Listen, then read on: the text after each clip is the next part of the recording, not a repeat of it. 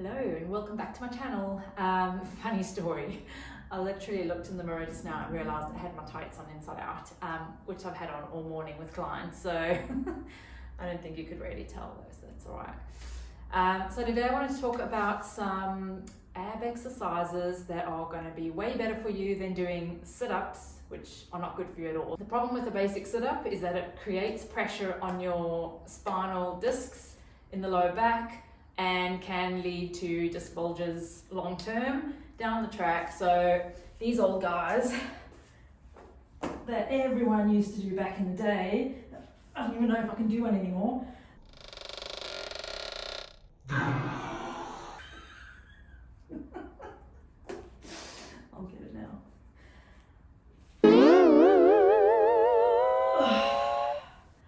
So as you can tell, clearly have not done a sit-up in years.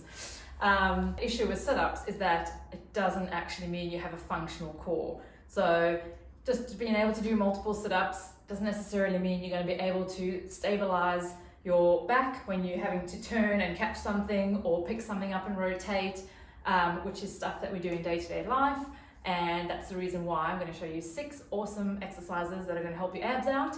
The other thing to mention is that having a six-pack does not equal having a functional core. So just because you have a six-pack doesn't mean you have like great core strength. It just means that you have strong abdominal muscles and they can show through because you don't have much body fat. Pretty much all that means. Now the first exercise I'm going to show you is called the Dying Bug. There's 2 variations to this. One, you can just do on the floor with your own body weight. So you're going to start with your legs up at about 90 degrees at the hip and knee. Your arms are going to be straight up above your shoulders. Make sure that your neck's nice and neutral. So if you have a really rounded upper back and you're up in this position, then rather pop something under your head so that your neck is in a good neutral position and your chin's slightly tucked. So if you need to do that, you can. And then you're going to start in this position.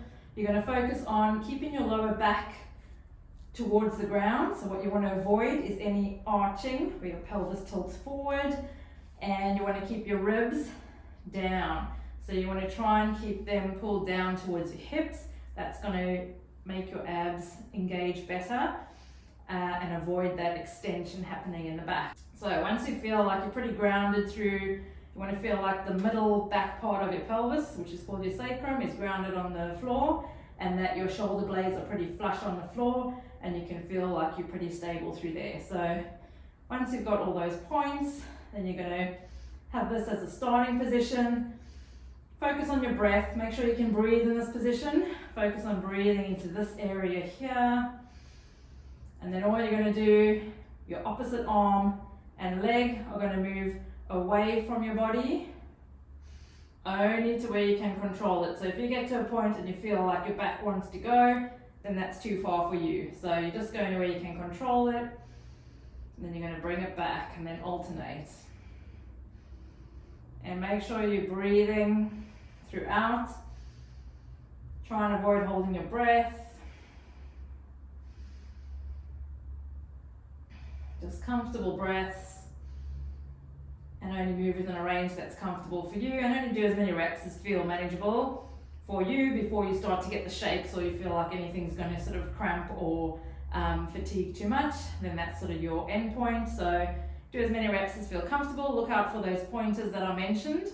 And the other version of this is using a Fitball. So I quite like the feeling of this one, so it just gives you a little bit of feedback. So I like to have it just on the inside of my shins. And then you're going to hold the ball like this to begin with. Find those points of contact, make sure you feel comfortable. And then you're going to have slight pressure at that diagonal through the ball from that shin to the hand. You're going to gently push in just to stabilize. And as you do that, you're going to feel these engage. And then your opposite arm and leg move away from your body.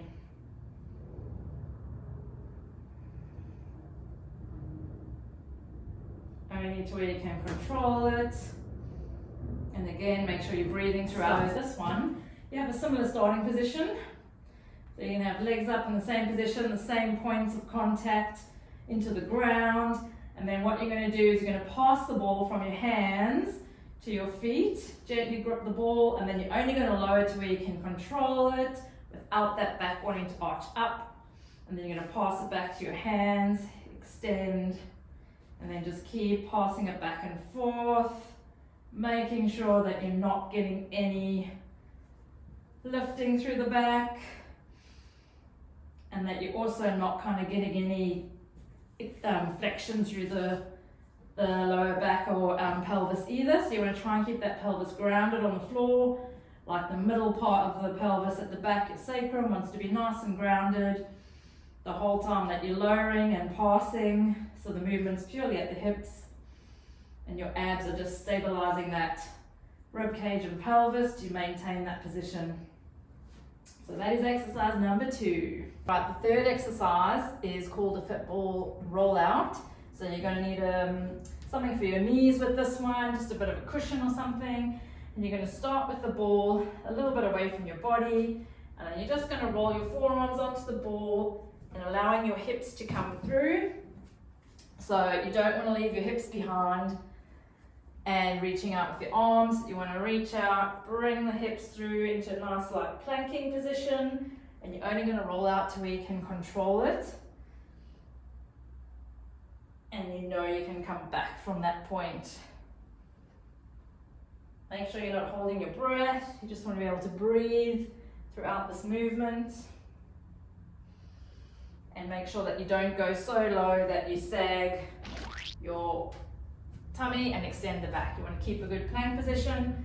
So you want to pull your ribs down towards your hips. So the movement's down and you're tucking your pelvis, squeezing the glutes to try and maintain that plank position with each repetition. So that's going to really use the abs to stabilize your pelvis and your rib cage. So the next one's called Stirring the Pot, or Fitball Stir the Pot, which is not for the faint-hearted. So if you struggle to do this one, you can just do a plank on the ball, but if you want to challenge yourself, give it a go. It'll be a lot easier using a bigger ball as well, because the angle of your body will be a little bit less intense. So this ball's quite small, so this makes it more challenging. You want to be able to first make sure you can hold a good plank. If that's challenging enough, then just work on holding a plank.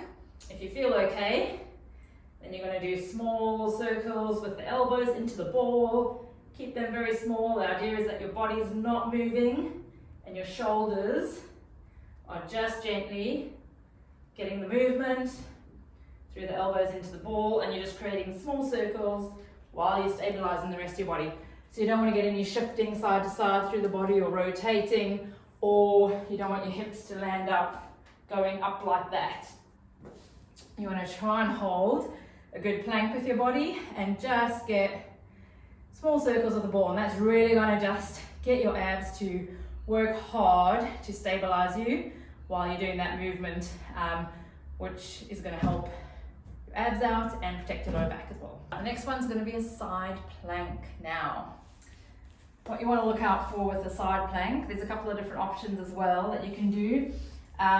If it's too challenging for you, you can do them on your knees. So you have your knees stacked and you want your knees in line with your hips and shoulders, so don't have them out here. Make sure you get them back. And you want your elbow, hips and knees relatively in a good line. Palm down, and you want your elbow underneath your shoulder.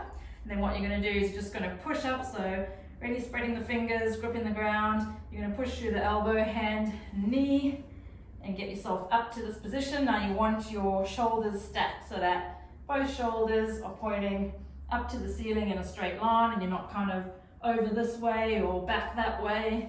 You want to really spread the space through the shoulder joints, so really pushing into the ground, trying to lengthen through there, all the way out to the shoulder. And then you want to also avoid any rotation, so you're trying to keep your ribs down, keep them in line with the pelvis, and just holding that position and breathing. And then hold your breath, breathe into the space all the way around, and just holding that strong position. And then if you want to challenge yourself a little bit more, you can go up to your feet. So stack the feet, same position through the upper body, get yourself up there, and just breathe. So the main thing is not to crush the shoulder. Don't sort of let the shoulder sag. You want to think lengthen, lengthen, lengthen. So you're trying to create as much space through here as you can by pushing your elbow away from the ground, into the ground, just to lengthen everything while you're holding that position. So you do both sides. Only hold it for as long as you can maintain a good position, and you can still breathe and you're not sort of struggling and holding your breath. That's really going to work your obliques on one side to really work together as a unit to stabilize your spine in that position. All right, so final one is going to be a rotation. So you can do the seated, which is just going to take your hips and knees and everything out of it, just to really isolate that rotation to your torso, which is going to get your oblique muscles that cross over from one side to the other to basically work together to rotate you round and back. So what you want to look out for here is you want to have a nice tall spine, you want to be upright, you want to be sitting on your sit bone so that you're not kind of slumped on the chair. Feel nice and tall, keep your neck relatively in line with your spine. So from the side, you want to look more like that rather than that. Not good. So yeah, sit on your sit bones, nice and tall, keep everything in a good line. And then you can use any weight that feels manageable, so start really light. You can either use a kettlebell, or I'll show you with a dumbbell as well. So all you're going to do is you're going to hold it like this, and then keep looking forwards, and all you're going to do is rotate your elbow around your body. So think leading with the elbow, and you're just rotating side to side, just whatever range you can manage. Should feel quite nice through your upper back, getting some good rotation happening. And then you're just going to go side to side for as many reps, up to like 20, as feel manageable. So dumbbell, I usually just like to hold it like this, and it's pretty good for your grip strength as well, doing it this way.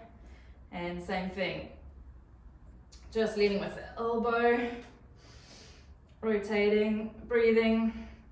Very hard to talk, do this exercise and breathe. And again, as many reps as feel good for you, whatever weight feels good for you. It just depends on where you're at right now. Even if you just want to do body weight, if you really just want to start feeling more comfortable getting that rotation, you can just do it with your body weight if you're not ready for weight yet. So that's just really going to help those obliques to work together, help to improve your rotation, which is super important, and a lot of people lack through life, and we need it for everything, including just walking. So give those 6 exercises a go.